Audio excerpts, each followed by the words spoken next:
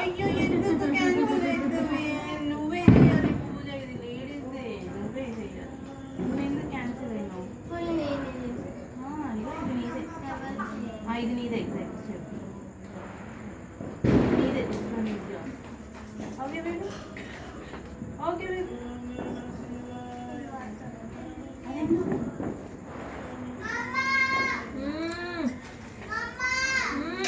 నాకు అగరబత్తులు చాలా వస్తున్నాను.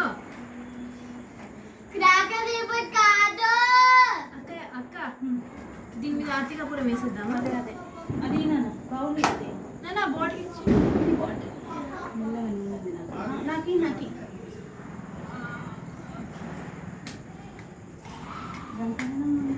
చాలా నూనె ఉందా లేకపోతే దేవుడికి వాడాలి.